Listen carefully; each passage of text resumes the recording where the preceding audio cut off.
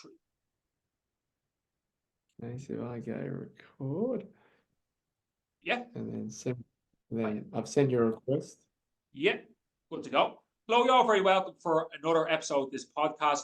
Very delighted to have Kodie Hawkins there on the other end of this chat. What we're going to talk about today is all about skill development. Kodie has a coaching program. He's heavily involved in that particular niche in skill development. He's worked with top-end rugby players, got them from semi-pro to the elite level to pro, and he's a wealth of knowledge on this subject. Kodie, very welcome to the podcast, and thanks for coming on. First of all, thanks for having me, Adam. I really appreciate it. So looking forward to discussing skill development in sports. Brilliant. So before we dive into the actual topic itself, I'll just tell the listeners and the viewers a little bit about your background.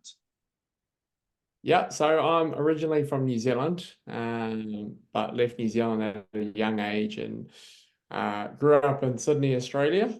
So from an early age, I was playing rugby league because my dad was playing rugby league. So early memories are going down to the park and, practicing kicks, passing, with little detail around it. It was more just about having fun. And whenever I had spare time, I'll be out with my mates, playing touch rugby. Sometimes it turned into tackle rugby. Also played a bit of cricket at school. And then once I finished primary school, I started to take rugby league quite serious. And then from there was just an opportunity once I finished school to give rugby a go. I kind of played it a little bit before, and obviously, being from New Zealand, rugby's such an integral part of that culture.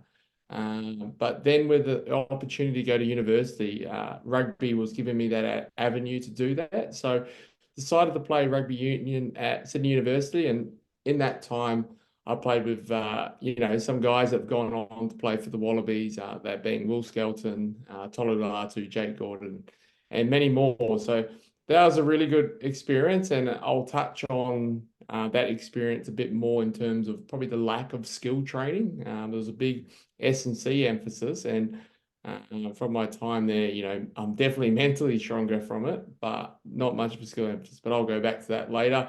From there, I changed clubs after a few years and played for Randwick. It's quite a famous team in Sydney. And then a couple of years later, moved to West Harbour, which is, probably the club I see as my home club, and played, probably 80 plus first grade games for West Harbour. And then in just the last few years, I've just been over in the UK coaching rugby and then also playing. So I've worked at Ipswich School, but then also worked at Hastings Boys High School in New Zealand. So yeah, that's my back. Also a PE teacher. Very good. Wealth of experience in terms of the sport and rugby, and in terms of the skill development yourself, and you touched on that it was lacking when you were playing as in your probably previous career back in Australia when you were playing there. And so what kind of made you, what was the decision for you to really focus, and when did you decide to focus on the skill development? And was there one sort of trigger, or was it just from your years previous lacking that area? Well, from a young age, it came fairly natural, like, catch pass, kicking, like it came natural, and I didn't put too much emphasis on it. It just became natural. But it wasn't until I actually moved to New Zealand, and I was 27, so this is 2019. And I had a coach that, he actually kind of gave me some harsh feedback on my catch pass skills. And like, it was the first time like I'd ever heard that. Like normally I was like, okay, your catch pass is really good. But he said, it's too slow if you want to play it in a higher level. And I can remember hearing it. I'm just like, it was so confusing to me. Like it was the first time, I've been challenged in that area. It was something I thought I was really good. So yeah, after that experience, and it was an experience I haven't really spoke about, to be honest. Like it was one where I was told, okay, you're not good enough, you need to move on. And that was the first time it's ever happened to me. So it was definitely a shock to the system. But then after that, I really kind of studied, the best players in terms of catch, pass, and kicking, and just, looked at specific coaching points. There's a guy online called Rugby Bricks, and he's quite detailed in his coaching cues. So I've learned a lot of him from watching his videos, social media. Also, you know, being a PE teacher myself, I've looked at specific, you know, skill areas in different sports and then how they cross over from different sports. That's been a massive thing as well. So for any young kid, I recommend them playing as many sports as they can from a young age. Yeah, and there's definitely the research showing that, you know, the multi-sport athletes, they do tend, generally speaking, to, you know, you have your outliers, you know, but they do tend to, they're the ones that really make the top. And even there's an NFL study where I think it was majority of the NFL players had played, at least they were multi-sport athletes. And I'm just thinking, even within the Irish rugby team, you know, some of the best players played the Irish sport, Gaelic football. And it was such, like, it was so obvious, like, whether it was the high catch, like Rob Kearney would be a great example. And he'd go up and catch and feel the ball. Zebo would be another one, played, you know, Gaelic and hurling. And there's definitely, and on the studies it's shown, like, the elite players, and most of them, majority of them played, you know, multi sports growing up. And just in terms of skill development itself, Kodie, like, how would you describe, probably in your own words, because you'll have a lot of players and maybe coaches say, "Oh, we do skills, we do skill work." Do you have a specific sort of way, or is there a specific system, or in terms of the deliberate practice of skill development? I guess within sports, especially the game of rugby, you've got closed skills and then you've got open skills. So the closed skills are where it's a goal kick, right? There's no one running. Yes, there is someone that can come charge you, but it's a fairly closed skill. The only thing you really need to do is the ball strike and then obviously the conditions, where all the other skills are open. So, you know, the play is moving, all right? So I find without, I guess the word for it, without like having a strong foundation in certain areas, it's very hard to move into a moving environment, a dynamic environment. So that's why the fundamentals need to be trained under, so without any pressure before they move into a game scenario. And what's generally the case is that young kids will play, you know, touch rugby from a young age, and they will realize, actually, I need to implement this skill. I need to improve this skill because when I was in a game, I didn't feel comfortable passing off my left side, or I didn't feel comfortable stepping off my right foot. So it's very important um, for coaches to allow their athletes to practice skill under the pressure. Once they feel comfortable, that's when you want to put it in a dynamic, a moving environment. Very good. And in terms of actual, so you're saying, like, firstly, just practice the actual skill itself under no pressure, work on the actual fundamentals, and then up at a level, whether there's you know, probably more game scenario, there's a little bit more pressure, whether there's, you know, an opponent. In terms of actual, if there's like what would you do for, obviously it's case by case, like, let's say an athlete had a passing or some aspect of their game that they were poor on, whether it was catch and pass. How would you break it down that way? Was there any specific drills? Would you do any other drills that might be a little bit outside the box? Obviously, it's case by case basis here now, but generally speaking, what's your approach? Yeah, it's more like stripping it right back to the basics. And generally, you know, most people are right-handed, so it's the left to right pass is that most people struggle with. So I'll just start off just from just above the hip, just firing passes just on that left hand until they've drilled it, and then I feel like they're, you know, confident to move on.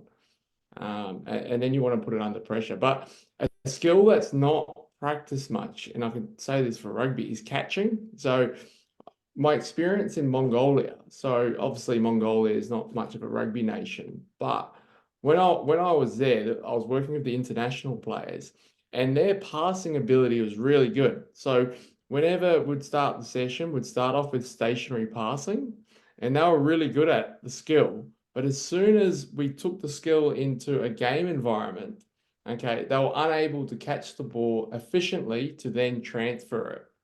So For people, it's just stripping the skill right back, but then putting in a game scenario so they understand actually, okay, I need to pull it back. I need to work on it in my own time. So it's finding a balance between, not practicing under pressure and then practicing, on pressure. Yeah. And yeah, and like say for an athlete growing up and they're doing their pitch sessions and they need to work on, let's say, even just the pure basics of stripping it right back down, would you have what kind of time frame, or is there a certain amount of touches? I know AFL, the Aussie rules, there was something like they wanted 200 touches in each session, or, do you have any sort of metrics that you'd like certain athletes to have, even just at the bare bones of catch and pass, or how do you kind of program? Yeah, so I'm not too big on numbers. It's more the quality reps.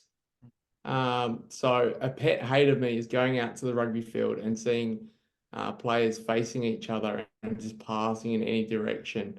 And there's no intensity to it. There's no real detail to what they're doing. So that creates bad habits. And the All Blacks are big on that. So whenever they play game scenarios and it's not full contact, if they don't get into good body positions, they call it. Because as soon as we practice bad habits, when we're under pressure, when we're tired in those big moments, okay, those bad habits are going to come out. So making sure for me that whenever you're practicing a skill, okay, you're doing it to the best of your ability. You're not just doing it. And I understand there needs to be that element of connection between players. And for a semi-professional environment, a lot of people, work 9 to 5 jobs. So this is their only time to connect. But for coaches, they just need to make sure that skill is practiced to the player's best of their ability. Yeah, it's great. It's a great point, Dan. I was just, when you were talking, it came into my head. We've a game here, Turling, and it's very, very skilled. And where I don't know if you've seen with there's a wooden ash, so to say, and a sliotar. It's quite technical in terms of the skill. And it's funny that the let's say you have the elite, which is called the inter-county players, and then you have, let's say, the sub-elite, maybe club players. And you're looking like, the differences, and they're like, we do the same training, and my own team as these inter-county lads. And they might do standing, as you say, similar to, let's say, passing. But the difference is when they're doing even just the passing, right? There's no talking, there's no laughing. And every ball is like full on intense. They have their helmets on, and boom, it's milled 100 miles an hour. Even just a little simple drill like that. Whereas, then you look at their own, and it's like, lads are like fluting around. There's joking, there's laughing. They're talking about the night before, but like there's no actual intent in the skill, and that kind of carries on to other drills as well. And like you may do the same as in the rugby pitch, you may be doing the same actual training session per se as the All Blacks, but like the intent, I'd say, is like a million miles off. And obviously the skill and whatever goes with that. But yeah, this came to you. I think the intent, is massively important. And like, so I know I've seen some of your videos, and one of the kind of main reasons I want you on this chat podcast is that I love the way, even with the rugby exercises, that you kind of think outside the box, where like it's not just a rugby ball, you have tennis balls, you have all different shaped balls. There's loads of different kind of, I think there's juggling I've seen you as well, meta skills where skill can transfer from one to the other. Kind of what sort of let's say unorthodox exercises do you put in, and for what reason, and why did you put them in? Like, why did you put in, let's say, the tennis balls, or what's the theory behind some of these exercises? So the big one on tennis balls is working on peripheral vision, and that's the ability to look straight at a defender, and the use of your corner of your eyes, you can see one of your teammates or an incoming defender. So training that with tennis balls is great, and it's a similar concept to juggling, using both sides of your brain. And it's funny because like when you start off doing this with even elite athletes, like they think it's just going to be a walk in the park, but generally they quite struggle at them. And you just notice that crossover. So, you know, when they go into games, like they're so much better under a high ball. They're catching the ball early. There's so many different ways you can do. Like I've done passing with just basketballs on the wall. So it's just early catch and just more getting those reps in. Obviously things like half cut balls as well. Like we like to use them, like, you know, for people who are, you know, passing on their own. And then you've also got the heavy rugby ball. So that's more used just to, you know, develop strength in the pass. So with a pass, you want to stay square as possible and turn your upper body. Obviously, if you're passing a heavier ball, you need to implement more muscle. So through your, you know, your tricep, your bicep and your pecs to get that across. So as soon as you change over to a lighter ball, you know, the normal weight rugby ball, you see that progression. So I guess it's always just looking outside of the box. Like, you know, I follow, you know, a lot of different sports coaches who, I guess, focus on skill development, and it's just implement and give them a go, right? There's always crossovers between sports. So if you can add as many different stimulus as possible, there's definitely going to be benefits from that. Yeah, Delia, and like, you know, there was one kind of example we like that kind of famous example that we heard, like where Keegan Smith, who coached the the Roosters and Sonny Bill Williams, he was coaching Sonny Bill Williams at a time, and Sonny Bill Williams didn't kick much prior, and he went to Keegan's camp, and Keegan had him doing foot juggling, and you know, everyday foot juggling with little balls and all that, just keep you uppies basically. And he went into the, I think the next season of the World Cup, and kicked grubber kicks, little chips over the kicks, and got loads of tries from it. So yeah, like as it says, it's like what you're saying there, kicking outside the box and like just transfer, you know. And like, have you seen any other examples yourself, Kodie, in terms of your own realm, where an athlete, let's say, might have been deficient in some aspects of their skills, and whether it was outside the box or you implemented some sort of intervention, and then on the pitch, then it was like night and day transformation? I guess with the kids that I've worked with over the past 6-7 years since Rise Up Rugby, it's more just the confidence to back their skill. So everyone talks about accessing the flow state. Like we work best in the flow state. Athletes perform best in the flow state. So if they have that confidence through proper repetition, different stimulus, they're going to play without thinking. And that's what we're looking for. Generally, athletes and probably people to an extent as well, when we overthink, things go wrong. But being in the zone, okay, you're just accessing that flow state, which allows you to play what you see and play as if you were playing in the backyard as a young kid. Yeah, Dad, yeah, like it's probably, yeah, massive point to touch on there. Like, you know, it's actually, yeah, like that's the whole, probably that's where every athlete wants to be, is that flow state. And I know myself, when you're on it, but prior to that, there's usually a good preparation where, as you says, you've been in all of these situations, your skill level is at a strong point, and yeah, everything comes subconscious. I think it just comes all naturally, and like I think the less you actually have to think, because if you think, it's too late, you know. And if you're thinking as well, you could be thinking about the next mistake or the previous play.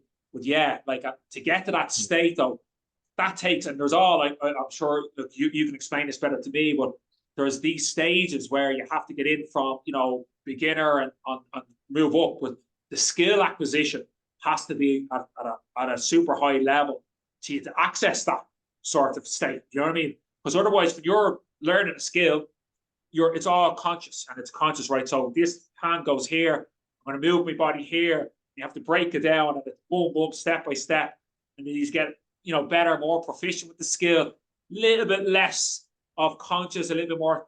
And as you go on and on, but as it says, the more better and under pressure and different scenarios, then it's more subconscious, and that's as it frees up the bandwidth, you know, to get into that flow state. So yeah, so with the 3 stages of skill acquisition, so the first one is cognitive. So a lot of that's just watching someone who's an expert in a skill.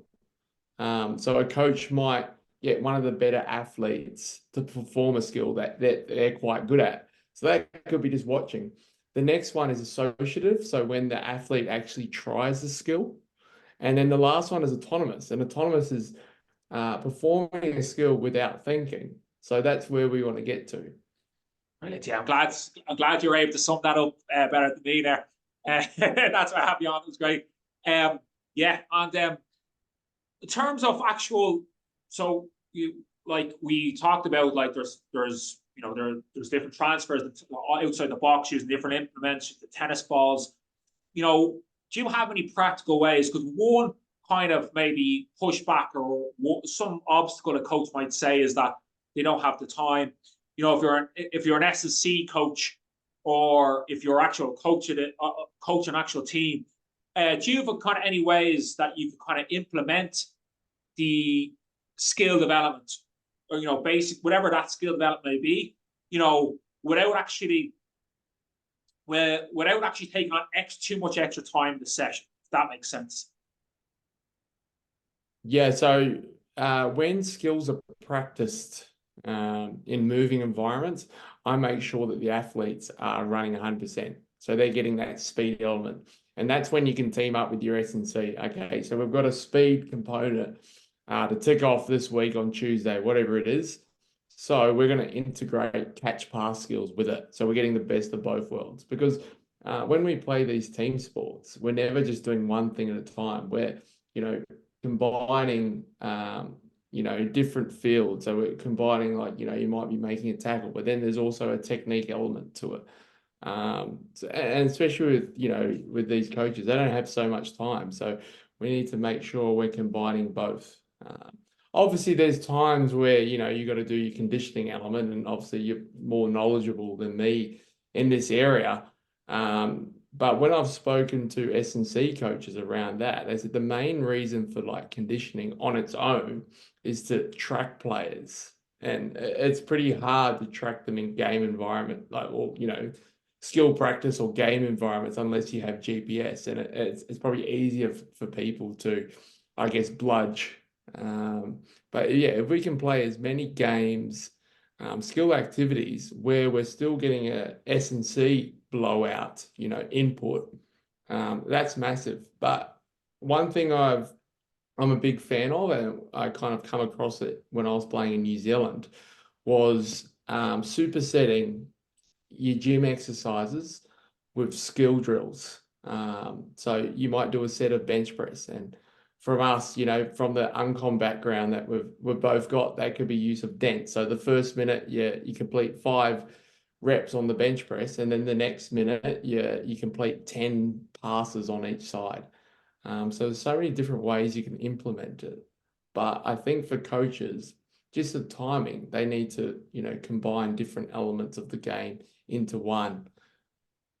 Yeah, no, I'm just on the conditioning. It's kind of like my kind of topic of my flavor of the month at the moment, because it's pre-season in my own sport, Gaelic football, and this time, so January, it's basically, you had a word, which I think was the word we use, slogging, where it's just basically, run the legs off the players. And I had another call with another S&C coach in Germany the other day, and we were, what if we could just make the games, like similar to yourself, more game scenarios where they're going to get the condition, but there's also skill element.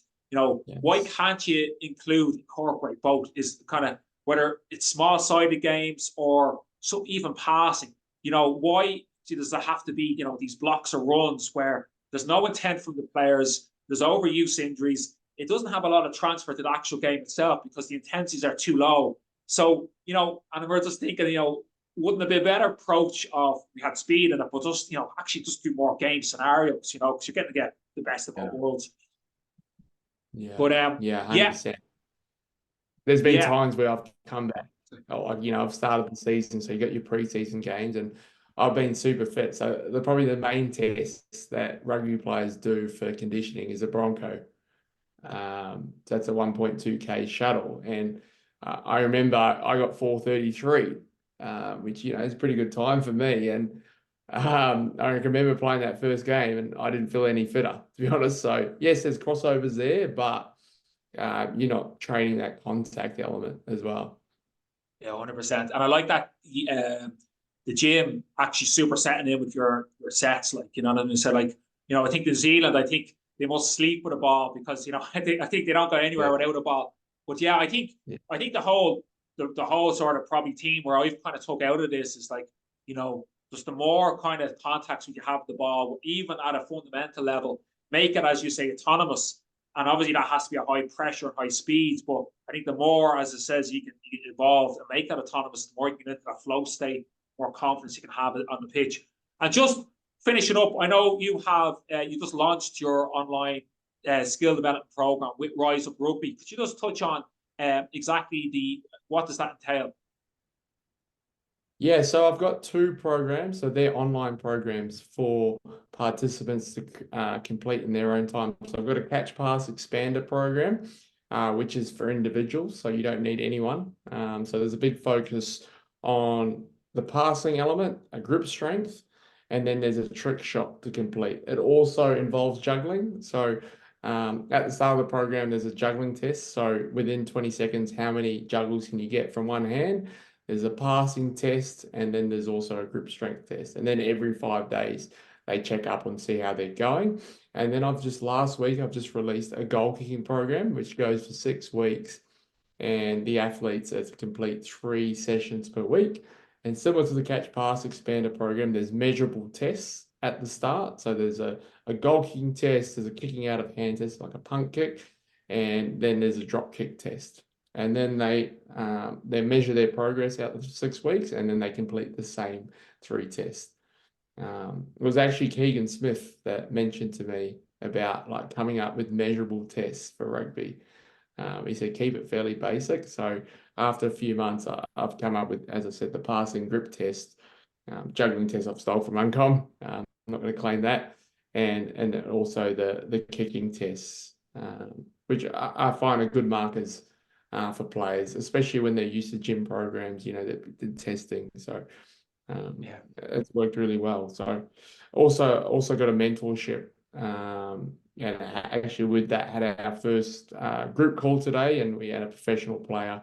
And he actually spoke about having a point of difference as a player. So whatever skill set it is, being world class at it. Like you said, too many players, even in the professional environment, try to be well-rounded rather than picking 2 or 3 skills and aiming to be world class at it. So I thought that was, you know, a great piece of advice for these young mentees. Yeah, Daddy, I think that's great.